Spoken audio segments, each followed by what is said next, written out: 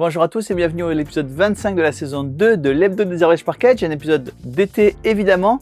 La Japan Expo est finie, Paris Ludique est fini, le flip bat son plein et on démarre tout de suite avec les nouveautés de la semaine. Et on commence tout de suite avec le dernier jeu du duo Kramer-Kiesling. Alors Kramer-Kiesling, si le nom vous dit rien, ils ont fait des jeux en veux-tu en voilà, que ce soit des jeux experts, des jeux familiaux, toutes sortes de jeux d'ailleurs. Ensemble ils ont fait Tikal, ils ont fait Torres, ils ont fait Linko. Et puis séparément on leur joue des jeux comme El Grande, Azul, Les Princes de Florence, Dawn Force, 6 qui prend, bref, tonnes de jeux qui ont déjà été, j'en suis sûr, sur vos tables. Et là, ils arrivent avec Savannah Park. Savannah Park est un jeu où on joue de façon simultanée. C'est-à-dire qu'un joueur va choisir un animal qu'il va falloir replacer sur les cases vides du plateau de la savane, en essayant de faire la plus grande zone du même animal avec plein de points d'eau. En faisant ça, on libère une nouvelle zone. Donc, on va avoir toujours plusieurs choix de zones libres. Et évidemment, les joueurs vont essayer de s'embêter les uns les autres. Un jeu extrêmement familial avec une variante un peu plus expert qui va vous dire où placer les feux de brousse. Les feux de brousse, évidemment, ça va ennuyer vos animaux. C'est Savannah Park, The Kiesling et Kramer.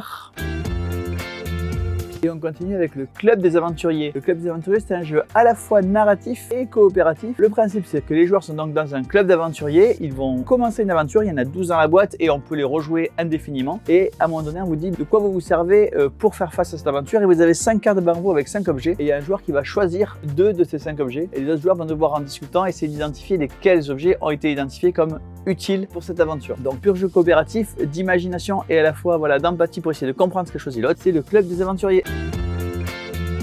Et on continue avec Hoarders. Dans Hoarders, l'hiver va arriver. Il faut vous préparer et engranger un maximum de noix pour préparer la mauvaise saison. Vous avez donc un groupe d'animaux qui va aller chercher ces noix. Si vous avez 5 noix identiques, vous avez remporté la partie. Et comment on cherche ces noix? C'est facile. Vous avez 5 actions possibles. Vous en choisissez 2 en début de chaque manche. Vous jouez les 2 l'une après l'autre. Et le premier qui arrive à ces 5 noix remporte la partie. Les actions possibles, c'est piocher des cartes au hasard, aller chercher des cartes chez vos adversaires, rejouer une action déjà faite ou vous protéger. Bref, voilà. Chaque carte est différente et vous offre une action. C'est Hoarders. Kinapa sans Kinapa. Kinapa, c'est un petit jeu tout simple qui ressemble sur la base au Mistigris. Vous allez devoir former des paires, mais de façon un peu plus riche évidemment, puisque à chaque tour vous allez demander qui n'a pas le 2. Et donc évidemment, normalement, tous ceux qui n'ont pas le 2 lèvent la main. Celui qui la baisse la main, vous choisissez de prendre son 2. Sauf que on peut évidemment bluffer. Et donc, si on se fait prendre à bluffer, si on a le 2 et qu'on l'a pas dit, c'est pas si grave. Mais si on n'a pas le 2 et qu'on a dit qu'on l'avait, là on a carrément menti. Et là, il y a des punitions qui rentrent en jeu. Du coup, voilà un petit jeu à l'esthétique japonaise, extrêmement simple, familial, avec une dimension de bluff. C'est qui n'a pas. Et on continue avec Skull King. Skull King, c'est un jeu de plis. Vous allez devoir au début de chaque manche déterminer le nombre de plis que vous allez remporter à la fin de la manche. Évidemment, vous allez faire un pari en début avec 0 plis, 1 pli, 2 plis, 3 plis jusqu'à 5 plis. Si vous réussissez votre pari, vous gagnez des points. Sinon, vous ne les gagnez pas. Pour la mécanique de jeu, évidemment, 4 couleurs et puis des jokers qui vous permettent soit de remporter les plis s'ils sont placés au bon moment, soit au contraire de les abandonner aux autres joueurs. Bref, un jeu de plis extrêmement simple et à la fois assez riche. C'est Skull King. Et on continue avec 3 nouveaux escape games pour enfants plus ou moins grands. Dans le premier, Octobre et le Bois Rouge, c'est vraiment pour des enfants de 5 à 7 ans. C'est idéal pour un anniversaire avec 5 ou 6 enfants. Voilà une histoire d'automne dans une forêt. Évidemment, Il était une fois la vie, c'est basé sur l'émission de télévision. C'est à partir de 8 ans, vous allez jouer les personnages de la série. Et évidemment, la 4e box de Fort Boyard qui vient compléter la collection qui est liée évidemment à cette émission. Ici, vous allez rentrer dans le fort un peu par magie et vous allez devoir affronter le père Fouras pour réussir à en sortir. Bref, 3 nouvelles escape box, Octobre et le Bois Rouge. Il était une fois la vie et Fort Boyard, la 4e boîte.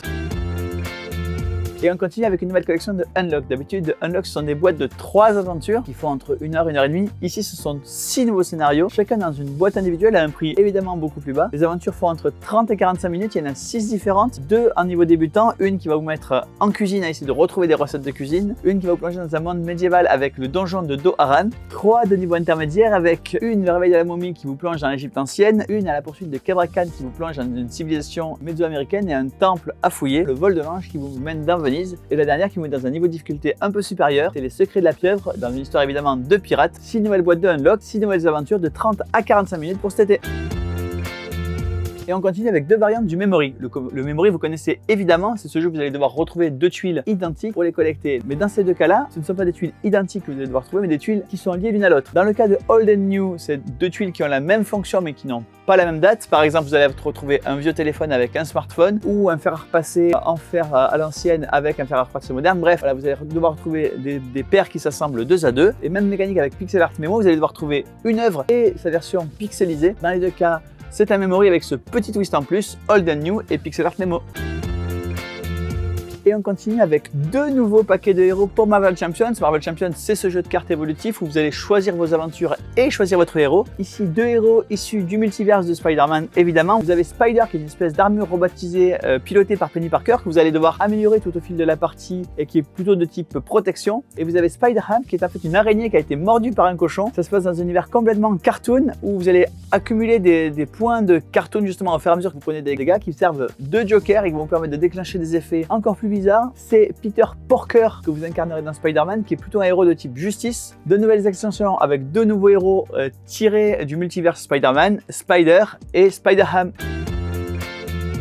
3 nouvelles extensions pour Zombicide. Il y a à la fois des nouveaux joueurs, à la fois des nouveaux héros et à la fois des nouveaux monstres. Les nouveaux joueurs, c'est Chronicle Survivors. Ça anticipe un peu l'arrivée du jeu de rôle Zombicide, dans lequel vous allez pouvoir prendre un des 12 archétypes et en faire un personnage que vous allez modifier. Et qu'ensuite, vous pourrez même jouer dans Zombicide, puisque vous avez ici 12 figurines qui correspondent aux 12 archétypes et vous allez pouvoir jouer vos modifications dans le jeu Zombicide. Des nouveaux monstres, c'est Urban Legends, 4 légendes urbaines qui sont arrivées à la vie dans Zombicide. Alors il y a le crocodile qui est, comme chacun sait, perdu dans les égouts de la ville, les petits gris, les extraterrestres de Orwell, le clown de Ça et la Chupacabra. La Chupacabra, c'est ce monstre qui mange les chèvres en Amérique centrale. Et enfin, Extra Player, c'est pour le cas où vous voulez jouer à Zombicide à plus de 6 joueurs. Vous avez ici tout le matériel pour jouer de 7 à 12 joueurs, avec tout le matériel pour 6 nouveaux joueurs, y compris des couleurs qui sont évidemment différentes des couleurs de base. 3 nouvelles extensions pour Zombicide, Chronicle Survivor, les nouveaux héros, Urban Legends, les nouvelles abominations et le matériel pour jouer de 7 à 12 joueurs.